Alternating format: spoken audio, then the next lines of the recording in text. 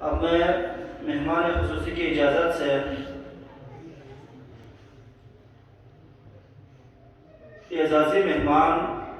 سے پہلے مہمان خصوصی کو دعوت دینے جا رہا ہوں۔ ایک ایسی ہستی جو رائٹر ہیں،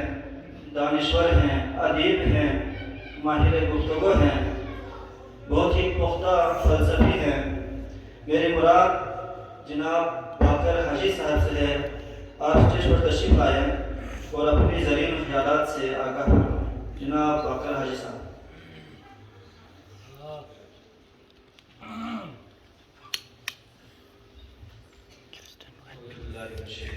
بسم اللہ الرحمن الرحیم۔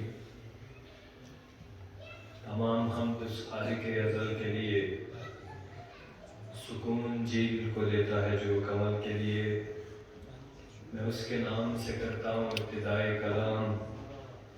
وہ جن کا نام فرشتوں نے بھی سنبھل کے لیے۔ منتظمین مجلس، خالد صاحب احترام صدر محفل جناب غلام حیدر صاحب، بوا مہدی صاحب، بوا اسماعیل صاحب، دیگر علماء کرام، نعت خواں حضرات اور کوروں کے نوجوانوں اور مدارس کے طلباء، السلام علیکم۔ آنکھ میں پانی رکھو، ہونٹوں پہ چنگاری رکھو، آنکھ میں پانی رکھو، ہونٹوں پہ چنگاری رکھو، زندہ رہنا ہے تو ترکیبیں بہت ساری رکھو، زندہ رہنا ہے تو ترکیبیں بہت ساری رکھو، راہ کے پتھر سے بڑھ کر کچھ نہیں ہے منزلیں، راہ کے پتھر سے بڑھ کر کچھ نہیں ہے منزلیں، راستے آواز دیتے ہیں سفر جاری رکھو، ایک ہی ندی کے ہیں یہ دو کنارے دوستو، ایک ہی ندی کے ہیں یہ دو کنارے دوستو،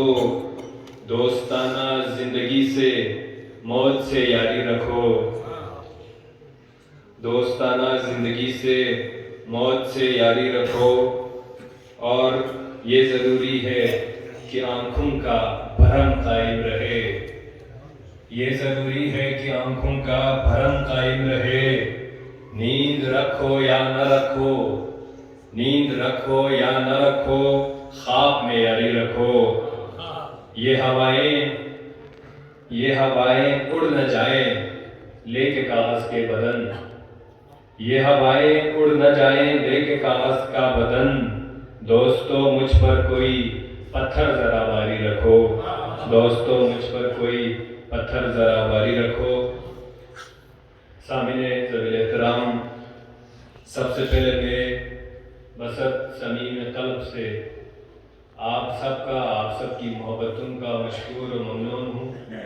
خاص طور پر منتظمین تقریب کا کہ ان کی محبتوں نے مجھے یہاں تک کھینچ کے لایا۔ آپ سب بخوبی جانتے ہیں کہ علماء کرام کی موجودگی میں نہ میں کوئی عالم ہوں، اور جو خوشنوا نعت خواں، منقبت خواں، قصیدہ خواں حضرات تشریف فرما ہے، نہ مجھ میں ایسی کوئی خوبی ہے، نہ میری آواز اتنی خوبصورت ہے کہ آپ کی سماعتوں کو بری لگے۔ بہرحال میں اپنے لیے اسے ایک اعزاز سمجھتا ہوں، اور آپ سب کی محبتوں کے ساتھ ساتھ اپنے چاہنے والوں کی دعاؤں کا ثمر سمجھتا ہوں کہ مجھ ناچیز کو یہ اعزاز آپ لوگوں نے بخشا۔ سامعین ذکر باتیں بہت ہو چکی اور علماء کرام کی زبانی مدلل باتیں ہو چکی ہے، تو مزید اب کچھ کہنے کے لیے گنجائش نہیں، لیکن میں اپنی کش فہمی اور کم علمی کا ادراک رکھتے ہوئے دو چار جملے آپ کی گوش گزار کراؤں گا۔ میں نے ابھی گلزار صاحب سے بھی یہی گزارش کی، دو نمازیں ہم پڑھ چکے، ایک نماز اور صحیح، تو یہ جو آپ سب کو ہم نے صبح سے سنا ہے تو دو چار آپ کو سنا کر بھی جاؤں گا۔ اس تقریب کے شان اور انتہائی شاندار انعقاد پر تمام منتظمین داد و تحسین کے مستحق ہے۔ ان دو عظیم ہستیوں کے میلاد کے حوالے سے منعقدہ یہ باسعادت تقریب، جہاں اس خانقاہ معلّہ میں انعقاد کی وجہ سے، پھر اتنے شاندار طریقے سے منعقد ہونے کی وجہ سے، پھر اتنے جوش اور جذبے سے منعقد ہونے کی وجہ سے، پھر بحضور سرور کونین عقیدت کے پھول نثار کرنے کی وجہ سے، اور سب سے بڑھ کر ہماری قوم کے آئندہ کے جو معماران ہیں ان کی جانب سے، ان معصوم کلیوں کی جانب سے جو عقیدت اور جو احترام کا اظہار کیا گیا، اس سے اس محفل کی رونق جو ہے وہ دوبالا ہو گئی۔ کوروں کا جب ہم سوچتے ہیں، جب ہم سنتے ہیں، تو ایک بات ہمیشہ ذہن میں آتی ہے۔ اللہ تعالیٰ نے حضرت ابراہیم اور حضرت اسماعیل کو خانہ کعبے کی تعمیر کا حکم دیا، اسی طرح حضرت نوح کو کشتی بنانے کا حکم دیا۔ اللہ تعالیٰ خالق کل ہے، مالک کل ہے، اس کی ذات وہ عظیم ذات ہے جس کے فقط کن کہنے سے یہ دنیا وجود میں آئی ہے۔ اس کی برگزیدہ شخصیت، عظیم ہستی اور پیغمبر حضرت نوح علیہ السلام کے لیے کیا وہ کشتی بنا کر نہیں دے سکتے تھے؟ جس نے کیٹو جیسے بلند و بالا پہاڑ بنائے، ہمالا اور کراکرم اور ایورسٹ جیسی بلند چوٹیاں بنائی، وہ کیا نوح کو کشتی بنا کر نہیں دے سکتے تھے؟ کیا وہ خانہ کعبہ کی تعمیر لفظ کن اور فیکن سے نہیں فرما سکتے تھے؟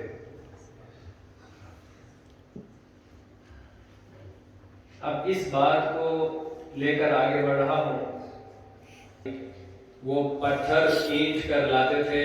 انہیں توڑتے تھے اور خانہ کعبہ کی تعمیر فرماتے تھے۔ عجیب اتفاق ہے کہ پتھروں سے کھیلنا کوئی آسان کام نہیں ہے، اور وہ بھی اس زمانے میں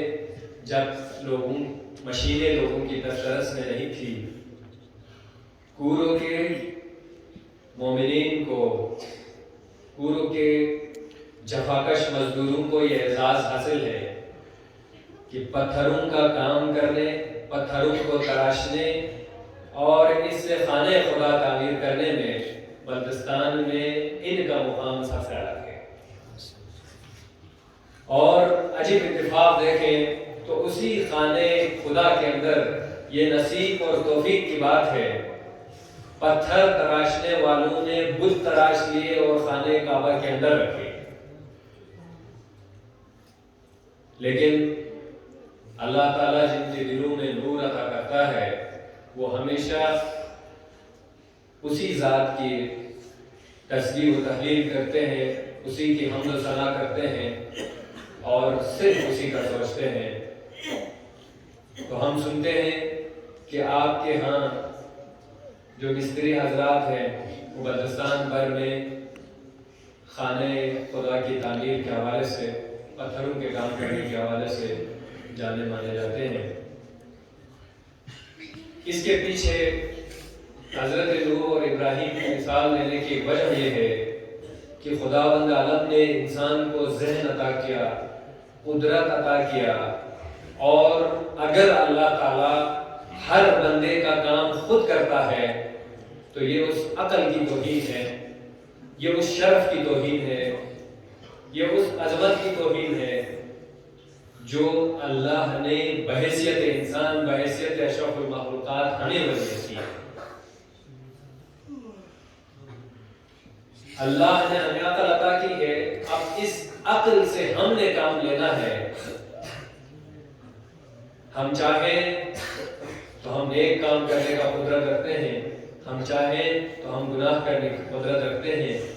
ہم چاہیں تو خانہ خدا کے اندر بت تراش دیں, ہم چاہیں تو خانہ خدا کی دیواریں تراش دیں. علماء کرام تشریف رکھتے ہیں. میں بہت زیادہ کوئی دقیق بات نہیں کروں گا. بہرحال آپ کے جو والدین ہیں, جو بچے ہیں یہاں بیٹھے ہیں, ان کے والدین ہیں, آپ میں سے بزرگان ہیں جو یہاں تشریف رکھتے ہیں, اور وہ ہستیاں جو اس دنیا کو سدھار چلی ہے, یا وہ جو آج محفل میں شامل نہیں ہے, آج کی محفل کی وساطت سے محض ان کی اس جفاکشی, محنت اور ساتھ ساتھ ان کی ایمان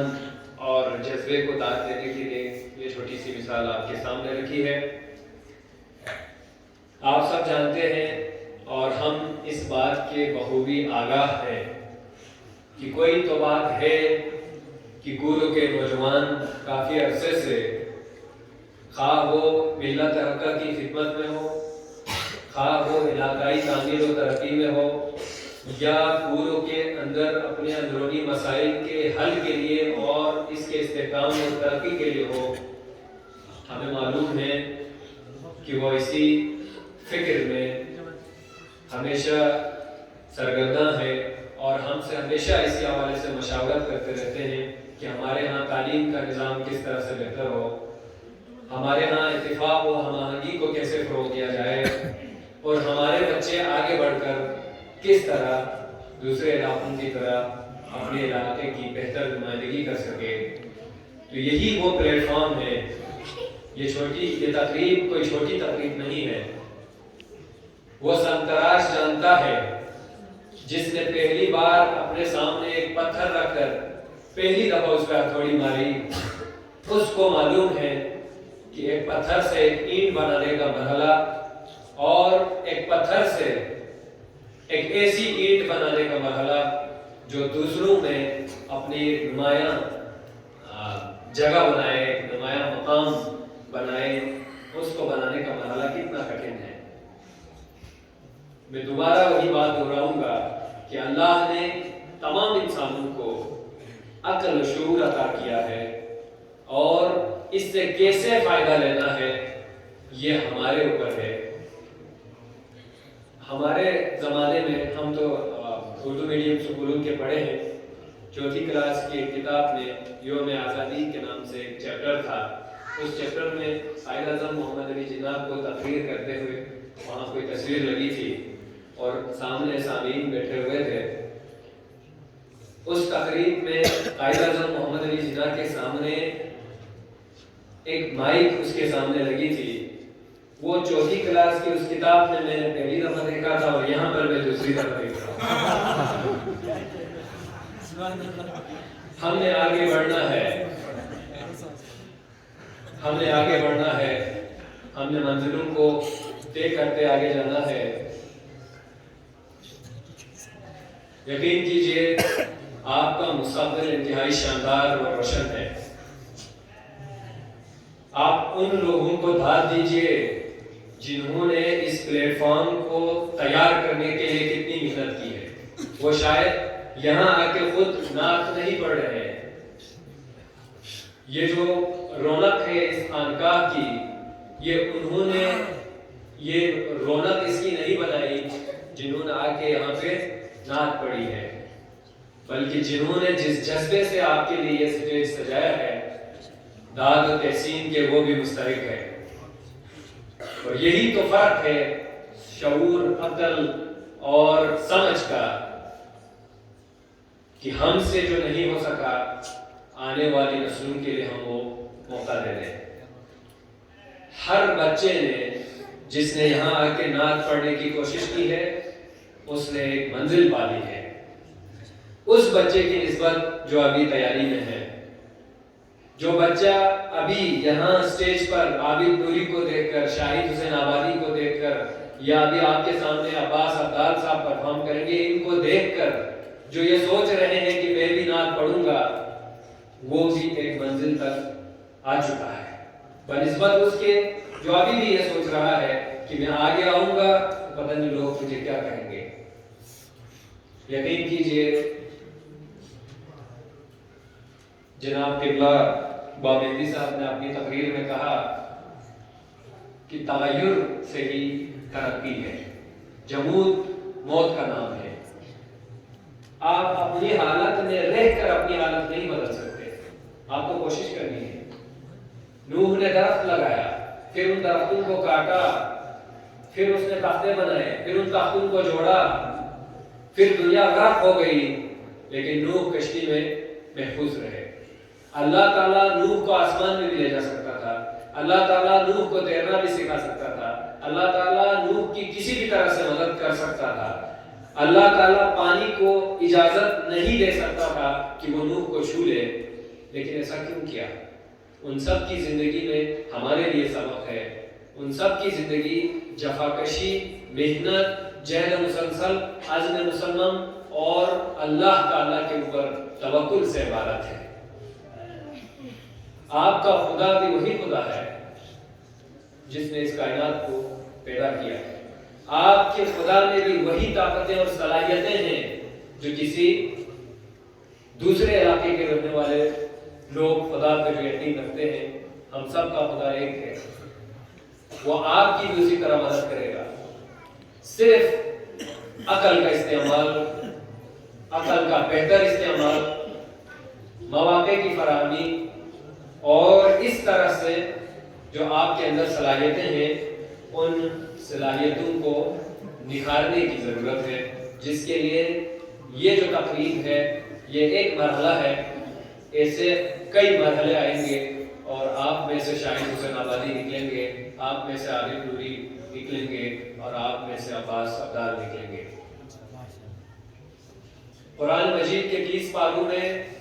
اللہ تعالیٰ جب اپنے بندوں سے بذریعہ رسول مخاطب ہوتا ہے تو بسم اللہ الرحمن الرحیم کے بعد الحمدللہ رب العالمین کا لفظ آیا۔ حمد اللہ کو پسند ہے،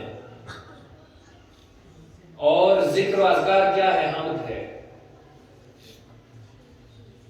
پھر کتنی خوبصورتی سے والی جان نے آپ کے سامنے وہ نقشہ کھینچا کہ وہ تعریف، وہ حمد،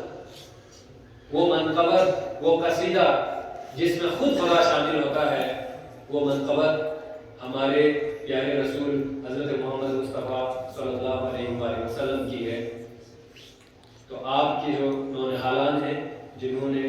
حضور اکرم صلی اللہ علیہ وسلم کے حضور عقیدت سے جو نعت خوانی کی ہے، یقیناً اس کا ایک اجر عظیم اللہ تعالیٰ ان کو عطا کرے گا۔ تو سامعین، گفتگو بہت طویل ہو گئی، میں اچھا مقرر نہیں ہوں یقین جانیے، لیکن کوشش کی ہے کہ جو مافی ضمیر ہے وہ آپ تک کسی طرح پہنچا سکتے۔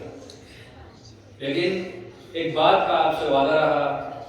اس عظیم الشان خانقاہ کے اندر ہماری عزت افزائی آپ نے کی اور ہمیں آپ نے یاد کیا، گو کہ ایسے شایان شان اور شان و شوکت اور علم و فضل والی ہستیاں موجود ہیں۔ آپ کا حسن انتخاب اگر ہماری طرف رہا ہے تو ہم بھی انشاءاللہ آپ کے لیے، آپ کے نوجوانوں کے لیے، آپ کے فیڈریشن کے تنظیمات کے لیے اور جہاں جہاں ہماری حسب توفیق دامن درب سخنے آپ کو تعاون اور خدمت کی ضرورت ہو تو انشاءاللہ ہم آپ کے شانہ بشانہ ہوں گے، اور انشاءاللہ ہم سب مل کر پورے علاقے میں انسانیت کی تعلیم دیں گے، امن کی تعلیم دیں گے، دوستی کی تعلیم دیں گے، اور سب سے بڑھ کر صلہ رحمی کی ہم تعلیم دیں گے، احساس اور ہمدردی کی ہم تعلیم دیں گے، جس کی آج معاشرے کو ضرورت ہے۔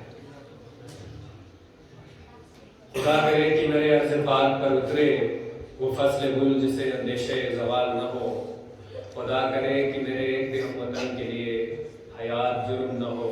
زندگی وبال نہ ہو، یہاں جو پھول کھلے وہ کھلا رہے